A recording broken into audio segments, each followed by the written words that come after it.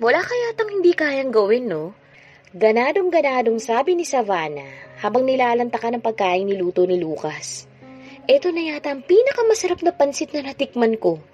Muntik pa siyang mabulunan dahil sa punong-puno ang bibig niya habang nagsasalita. Dali-dali siyang uminom ng tubig. Ang lakas pa ng dighay niya pagkatapos. Naiiling na napatingin sa kanya si Lucas. Pwede bang pag-aralan mong kumain ng maayos?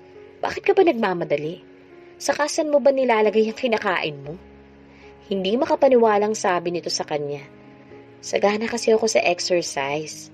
Alam ko naman kasi na hindi ako maganda, kaya dinadaan ko na lang sa forma ng katawan ko. Kaya siguro mabilis ang metabolism ko. Nakangiting kwento niya rito. Kapag may kaharap kang ibang tao, hindi ka pwedeng ganyang kumilos. Ibagay mo sa ganda ng mukha mo yung kilos mo, okay? Babala nito sa kanya. Tumango na lamang siya sa kamulitong tinignan. Napakagwapo nito. Kung gwapo na ang kanyang asawa, di hamak namang mas gwapo ito ng ilang beses kay Leon. Mistula itong isang hinulma sa isang Greek god. Kaya nakakapagtakang single pa rin ito hanggang ngayon. Kagwapo-gwapo nitong lalaki. Not unless, lalaki rin ang type nito. Hindi ba magsiselos ang girlfriend mo kung dito ako titirang kasama mo? Pasimpleng tanong niya rito. Biglang sumeryoso ang mukha nito. Pakiramdam niya may nasalingsiyang kung ano sa damdamin nito na ayaw nitong pag-usapan. Nagmamadali na itong tumayo at tila nawala ng gana na ituloy pa ang pagkain. Hey, na-offend ba kita? I'm sorry. Parang walang narinig na pumasok ito ng kwarto. Napakibit balikat na lamang siya, saka itinuloy ang muling pagkain. Matapos kumain, nilagay na lang niya sa sink ang kanilang pinagkainan, saka nagtungo sa kwartong tinalaga sa kanya ni Lucas para magamit niya. Naghubad siya ng mga damit at binuksan ng shower, saka tinapat doon ang kanyang sarili. Napalingon siya sa malaking salamin sa kanyang likuran. Hindi siya makapaniwala habang tinitignan ang kanyang refleksyon sa salamin. Kung noon, hipon ang tawag sa kanya ng mga kaibigan niya dahil maganda lang daw ang kanyang katawan pero pangit naman ang kanyang muka. Ngayon, masasabing perfect na ang kanyang buong pagkatao. Magandang muka at magandang katawan. Muli ay naalala niya si Leon at si Brianna. Paiibigin niya ang kanyang dating asawa at sisiguraduhin niya na pagbabayaran ng mga itong lahat ng kasalanan ginawa ng mga ito sa kanya. Babawiin rin niya ang lahat ng kayamanang iniwan sa kanya ng kanyang mga magulang. Hindi maaaring makinabang si Leon sa mga iyon. Wala itong karapatan doon. Walang karapatan ng demonyong gaya ni Leon at ni Brianna na maging masaya. Napapikit siya ng muling maalala ang dalawa habang masayang nagse-celebrate sa pagkawala niya. Lintik lang talagang walang ganti. Maya-maya, nagitla siya nang marinig ang malakas na sigaw ni Lucas sa labas ng kanyang kwarto. Mukhang galit na galit ang boses nito. Nagmamadali siyang nagbanlaw. Napasigaw pa siya ng paglabas ng banyo. Makita niya ito sa loob ng kanyang kwarto. Ang iksi lang ng tuwalya nakatapis sa katawan niya. Lampas lang iyon ng konti sa kanyang puwitan. Nag-init tuloy ang mukha niya, lalo na nang makitang bahagya itong natigilan na makita ang ayos niya. Napakapit tuloy siya na mahigpit sa tuwalyang nakatakip sa maselang bahagi ng kanyang katawan. Para tiyaking secure ang pagkakatapis niya doon. Nagpapanting ang mga tenga niyang hinarap at tinignan niya ito ng masama. Hindi ka ba makapaghintay sa labas, ha? Yamot na sabi niya rito. Hindi porket pamamahay mo to. Basta-basta ka nalang papasok dito sa kwarto ko. Baka nakakalimutan mong babae ang kasama mo dito sa bahay. Sita niya rito. Wari namang nahimasmasan nito. Muling nagbalik sa pormal ang mukha nito. Kung iniisip mong papatulan kita, nagkakamali ka. Inis na sagot nito sa kanya. Baka nakakalimutan mong alam ko ang itsura mo bago ka magkaroon ng ganyang kagandang muka. Nasaktan siya sa binitiwan nitong mga salita. Alam naman niyang pangit ang original niyang muka. Pero kailangan pa ba nitong ipangalandakan yun sa kanya? And since nandito ka sa pamamahay ko, matuto kang rumispeto sa mga patakaran ko. Pormal ang tinig na sabi nito sa kanya. Matuto kang hugasan ng mga pinagkainan mo. Simpleng bagay lang, kailangan ko pa bang ipaalala sa'yo yon? Kung gusto mong patuloyin kita dito, dapat alam mo, kalat mo, ligpit mo, malinaw ba? Pagkasabi nun, nagmamadali na itong lumapit sa may pintuan saka muling lumingon nang may maalala pang sabihin. And please, lock your door kung ayaw mong may pumapasok basta-basta dito sa kwarto mo. Mabilis na itong lumabas. Parang dumagundong sa buong bahay ang alingaw ng pinto sa lakas ng pagkakabalibag nito. Natatarantang bumalik sa kanyang kwarto si Lucas. Kanina makita niya si Savannah, pansamantalang nakalimutan niyang si Savannah ang kaharap niya. Napakurap-kurap siya. Bakit nga ba niya pakikinggan ang kahilingan ni Sarah? Mukhang nagkamali siyang basta na lamang niya sinunod ang sinabi ng dalaga. Lucas, just in case hindi ako makasurvive, pwede bang humanap ka ng babaeng papayag na maging replicate ko? Para kahit wala na ako, hindi mo pa rin makalimutan ang mga alaala ko. Yun ang hiling nito sa kanya habang naghihingalo ito noon. Muli siyang napaiyak.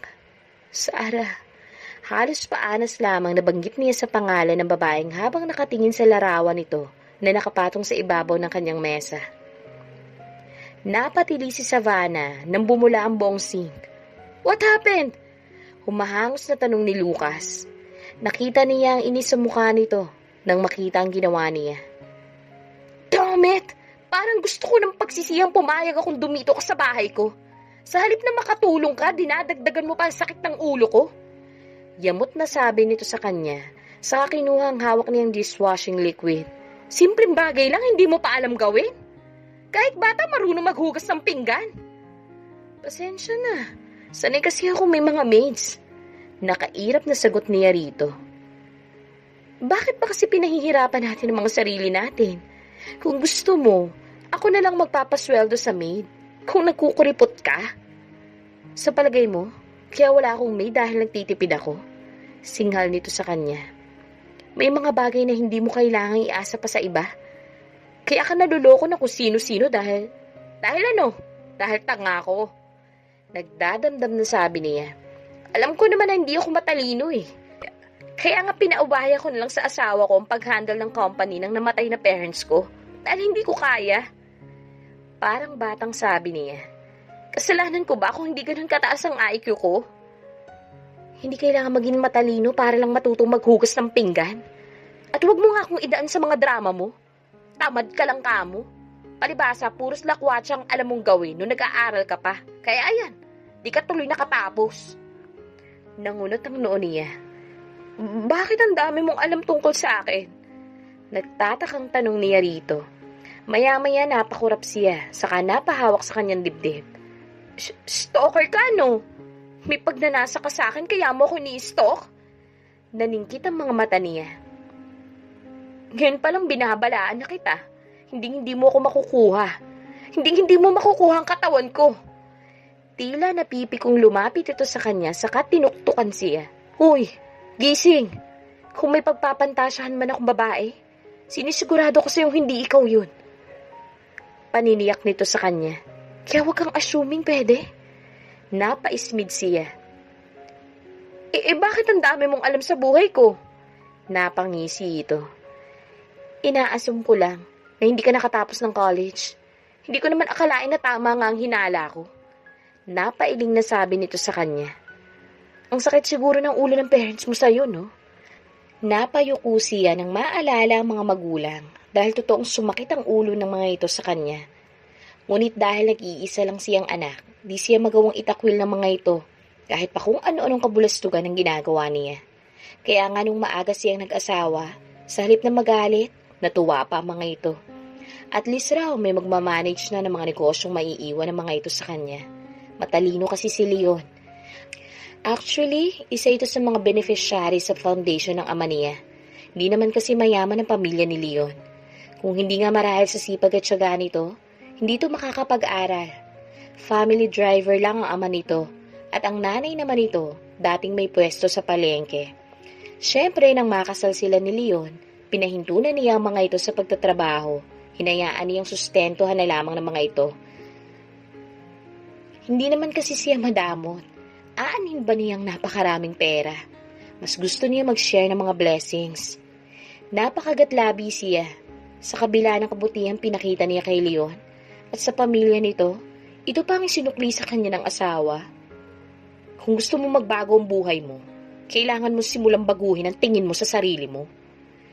Parang nakikipag-usap sa batang sabi ni Lucas.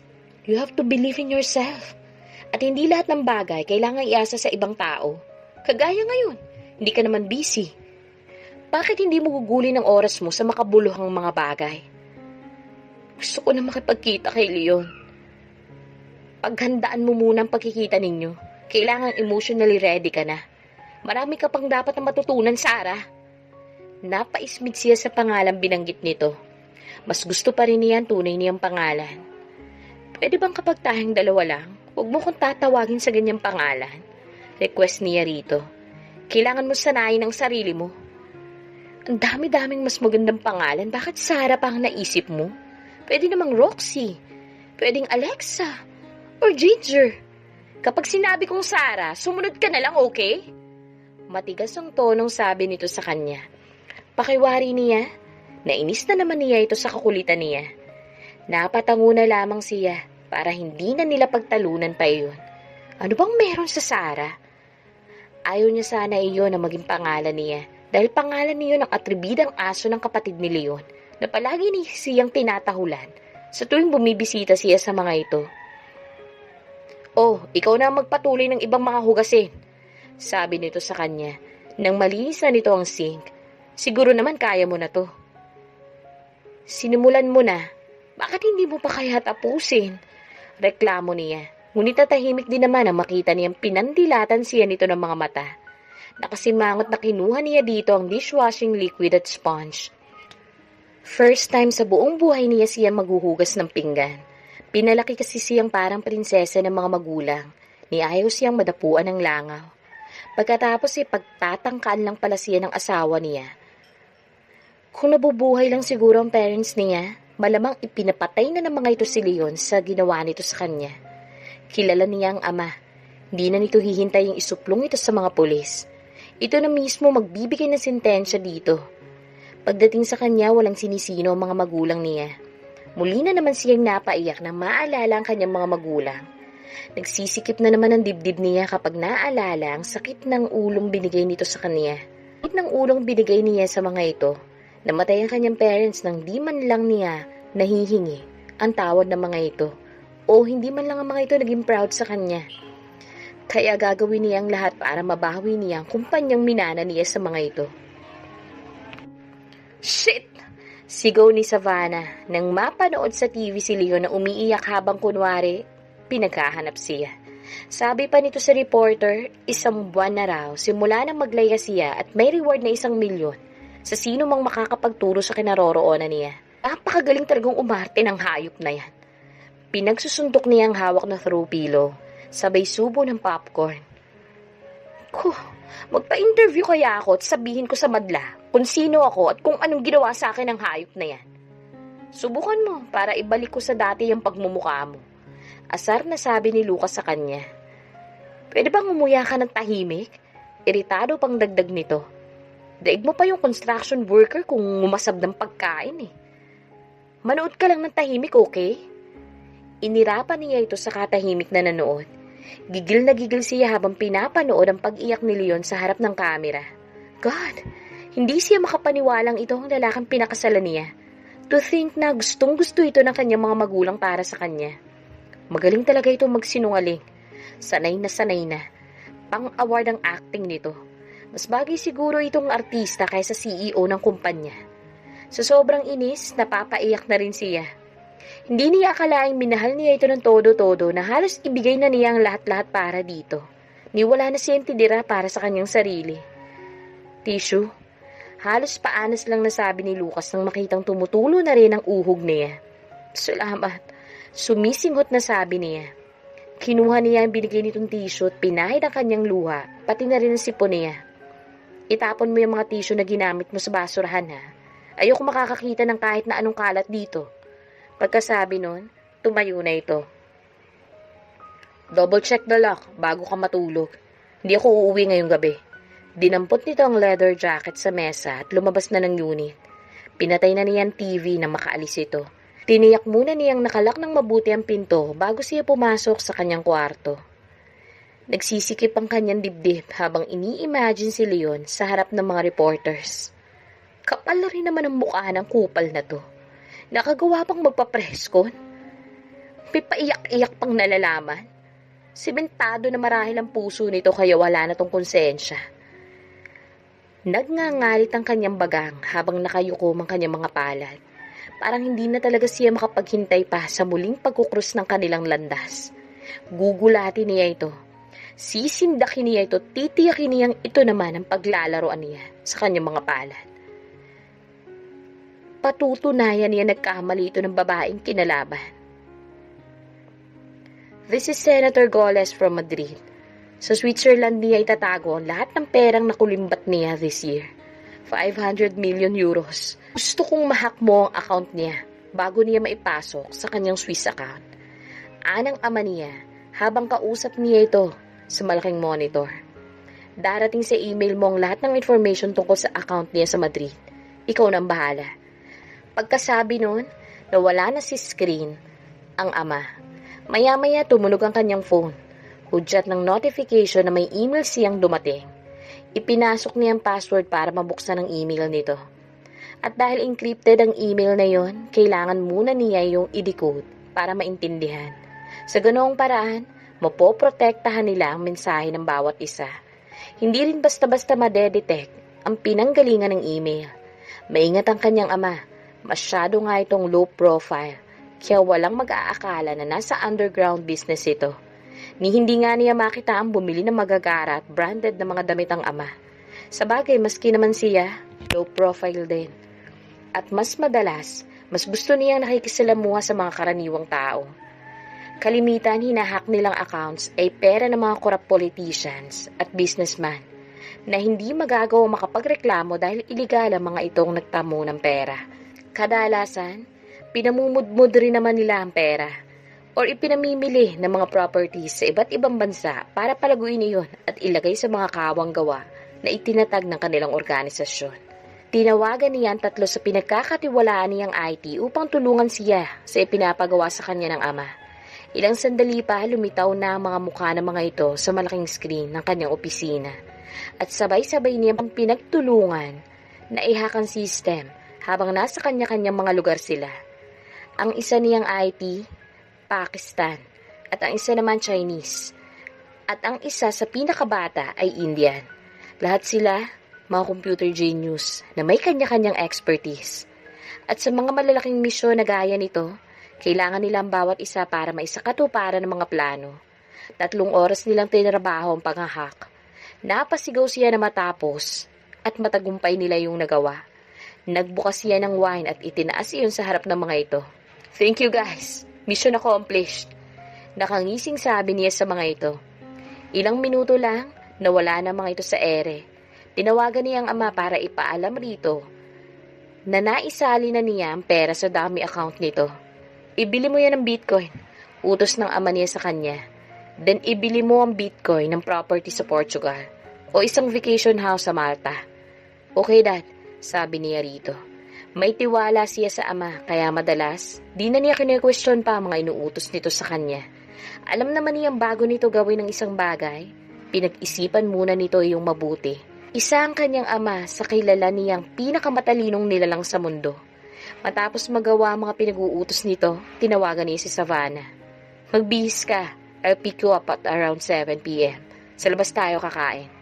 Pagkasabi nun, tinapos na niyang tawag.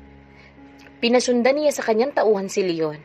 Napag-alaman niyang may reservation nito sa isang mamahaling restaurant kasama ang girlfriend nito, kaya gusto niyang dalhin si Savannah doon. Kailangan niyang mai-mindset ng gusto kay Savannah.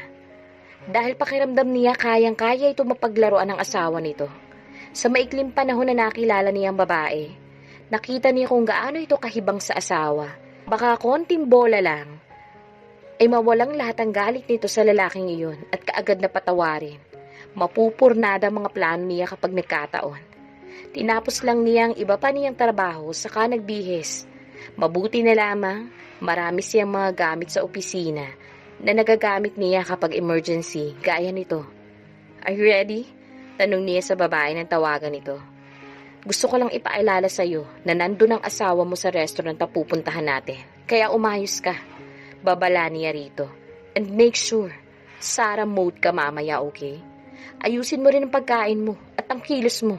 Siguro naman, hindi ko na kailangang ulit-ulitin pa sa'yo na naibagay ko sa mukha ko ang kilos ko dahil iba na ang itsura ko ngayon. Okay, I get it. Sabi nitong nawala na sa ere. Napailing na lamang siya.